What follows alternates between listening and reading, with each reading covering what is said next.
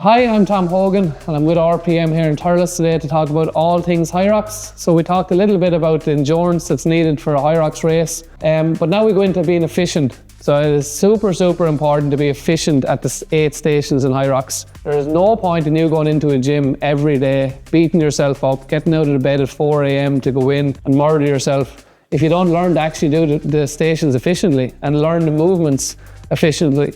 Something like the ski erg, which the lads have great ski ergs here, the rower, the amount of time you could save on those just by being efficient in the movement, slowing the movement down and actually pulling a little bit harder rather than ramping up the strokes per minute like you see lots of people doing, and then you can't breathe. They're like crazy people down like this. They never actually straighten up to breathe on these things. Very important to learn how to use those.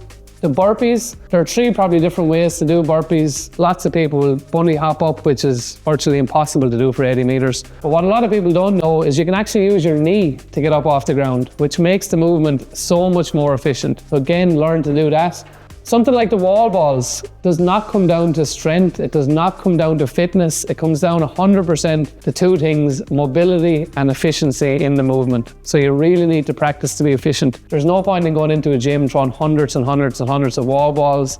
Even though the boys have some lovely looking wall balls here, you don't want to throw 400 or 500 of them a day. Get efficient at the movement. Check your ankle mobility, which is huge for that station in particular, but also for other stations in Hyrox. If you don't have the ankle mobility, you won't have a good squat and it makes the wall balls so much harder. So get very efficient, practice all 8 movements. If you don't know how to do them, contact somebody who does, somebody who can give you some tips on making them easier. Get some of the equipment here off RPM to use at home, so you can do some skiing, some rowing, some wall balls from the comfort of your own home. And that'll all make it a little bit easier come race day.